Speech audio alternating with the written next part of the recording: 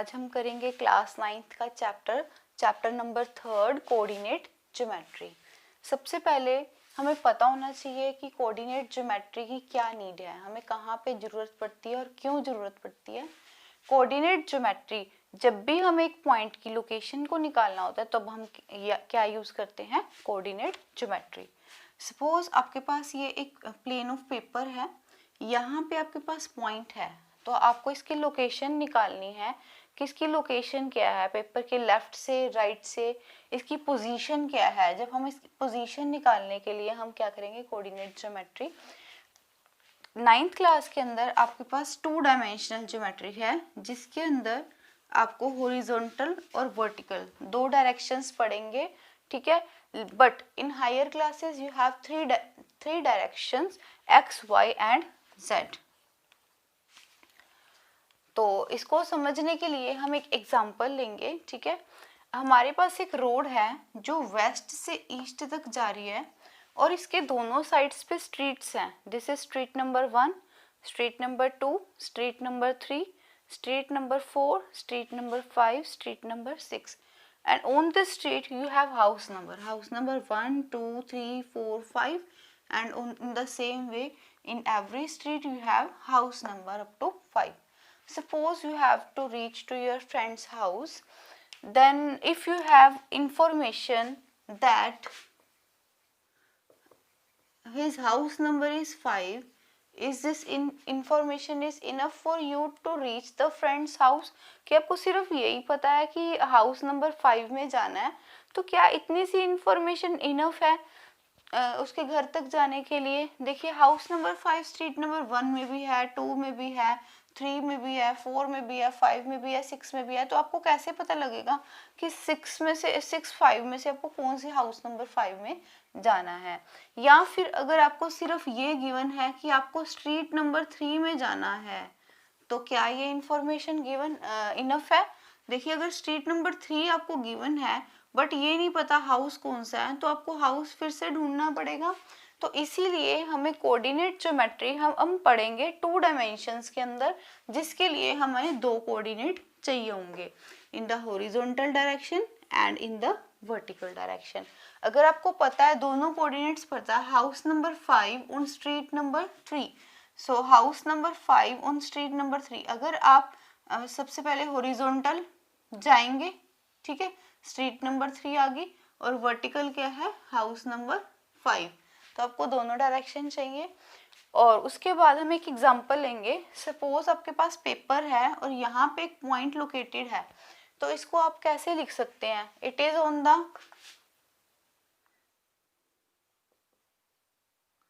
Left top corner of paper. Is this information is given is enough to find the point, position of the point?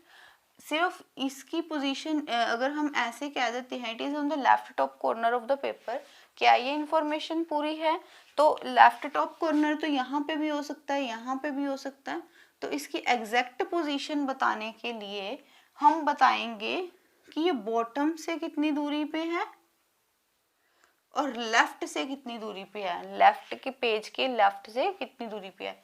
Suppose ये यहाँ से 9 centimetre है और यहाँ से 3 centimetre है, तो अब हमें एग्जैक्ट पोजीशन का पता लग गया।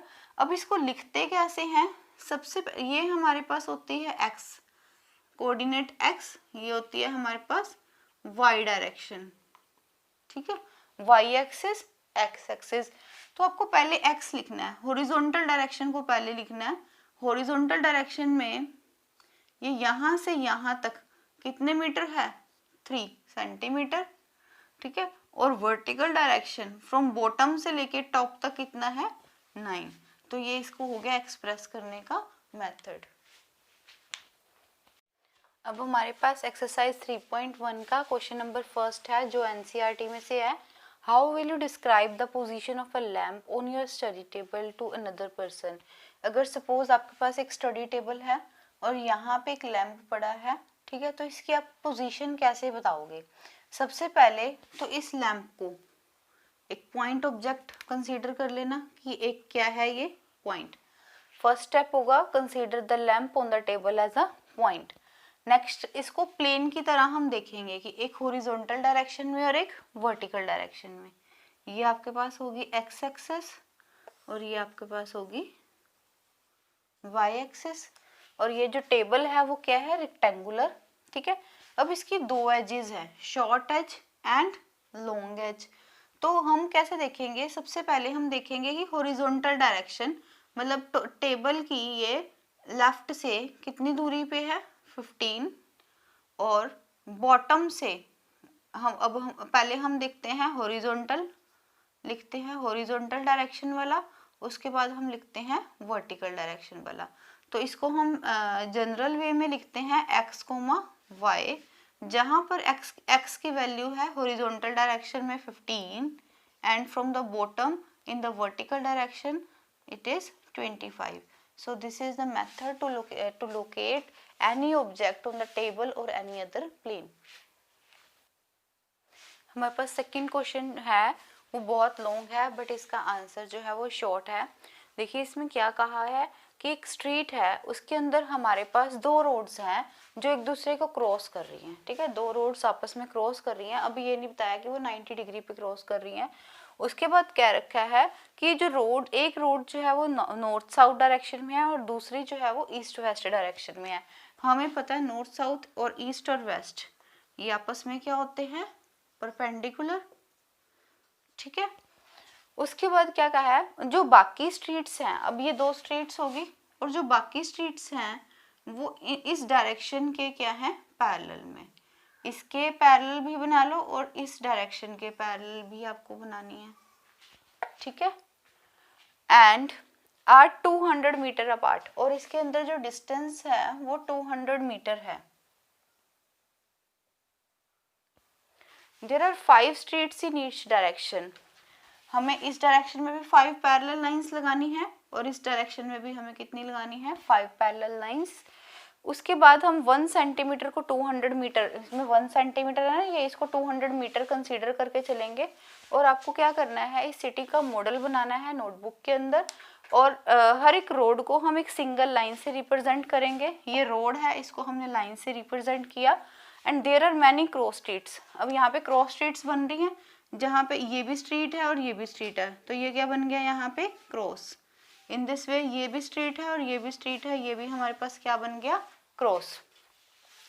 There are many cross streets in model A, but cross streets is made by two streets. Cross streets कैसे बना, जब two streets intersect होंगी, जो कि नॉर्थ साउथ डायरेक्शन में भी है और ईस्ट वेस्ट डायरेक्शन में भी है।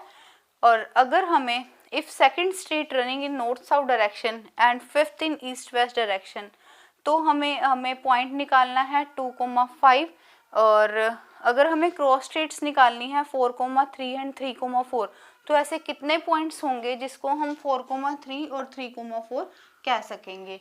तो आइए देखते हैं हम कैसे करेंगे इस क्वेश्चन को। अब हमने क्या किया, हमने दो परपेंडिकुलर लाइंस लगाई जिसमें हमने लिया east west direction and north south direction, और हर एक स्ट्रीट को हमने कैसे रिप्रेजेंट किया, एज अ सिंगल लाइन। ठीक है, अब हमारे पास स्ट्रीट्स जो हैं हॉरिजॉन्टल डायरेक्शन में भी कितनी है, 5 in the east west direction, street 1, street 2, street 3, street 4, street 5, जो आपस में क्या है, पैरेलल। और ये जो है आपस में 200 मीटर अपार्ट है। इसको हमने डिस्टेंस ले लिया 200 metre is equal to 1 centimetre. हमने ये क्योंकि हमने मॉडल प्रिपेयर किया है नोटबुक के ऊपर, ठीक है, तो हम 1 सेंटीमीटर की दूरी पे ये लाइंस लेंगे और 1 यहाँ पे मेंशन कर देंगे कि जो 1 सेंटीमीटर है वो हमारा क्या रिप्रेजेंट कर रहा है, 200 मीटर। अब आपके पास क्वेश्चन था कि आपको ये स्ट्रीट्स मेंशन करनी है और बताना है कि ये पॉइंट्स हमारे पास कितने होंगे। तो हमारे पास ये स्ट्रीट 1 है, ठीक है, तो आपको यहाँ पे ना ये स्ट्रीट 1 है, हमें क्या निकालना है, 2,5। तो हम जो ये वाली डायरेक्शन होती है ये हॉरिजॉन्टल डायरेक्शन के लिए होता है और ये होता है वर्टिकल डायरेक्शन के लिए। इन द अदर वर्ड्स ये एक्स एक्सिस होती है और ये वाई होती है। इस डायरेक्शन में हम एक्स लेते हैं, ठीक है, तो 2 हमें हॉरिजॉन्टल डायरेक्शन में कितना चलना है, 2। ये 1 है और ये क्या है, 2, ये सेकंड स्ट्रीट है। और हमें वर्टिकल डायरेक्शन में कितना चलना है, 5, 1, 2, 3, 4, 5। तो ये पॉइंट हमारा क्या हो गया 2, 5। अब हमें निकालना है कि 3, 4 और 4, 3 पॉइंट्स कितने होंगे। 3, 4 in the horizontal direction 3 is this, and in the vertical direction 1, 2, 3, 4. So this is the point 3, 4. Next you have to find out 4, 3 in the horizontal direction 1, 2, 3, 4, and in the vertical direction you have to step 3, 1, 2, 3. So this is the point 4, 3. Now question is how many points are there 3, 4 and 4, 3. So answer is there is only 1 point 3, 4 and 4, 3. Thank you for watching my channel. If you like my video, please subscribe to my channel and hit the bell icon to get the notification of the further videos, and please don't forget to like and share.